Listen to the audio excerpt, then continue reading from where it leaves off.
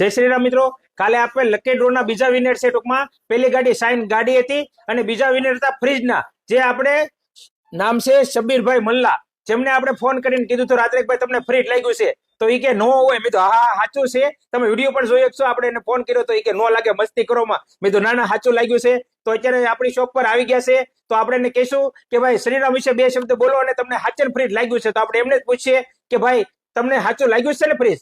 ભાઈ ના, શ્રીરામ મોબાઈલ ની સર્વિસ સારી છે.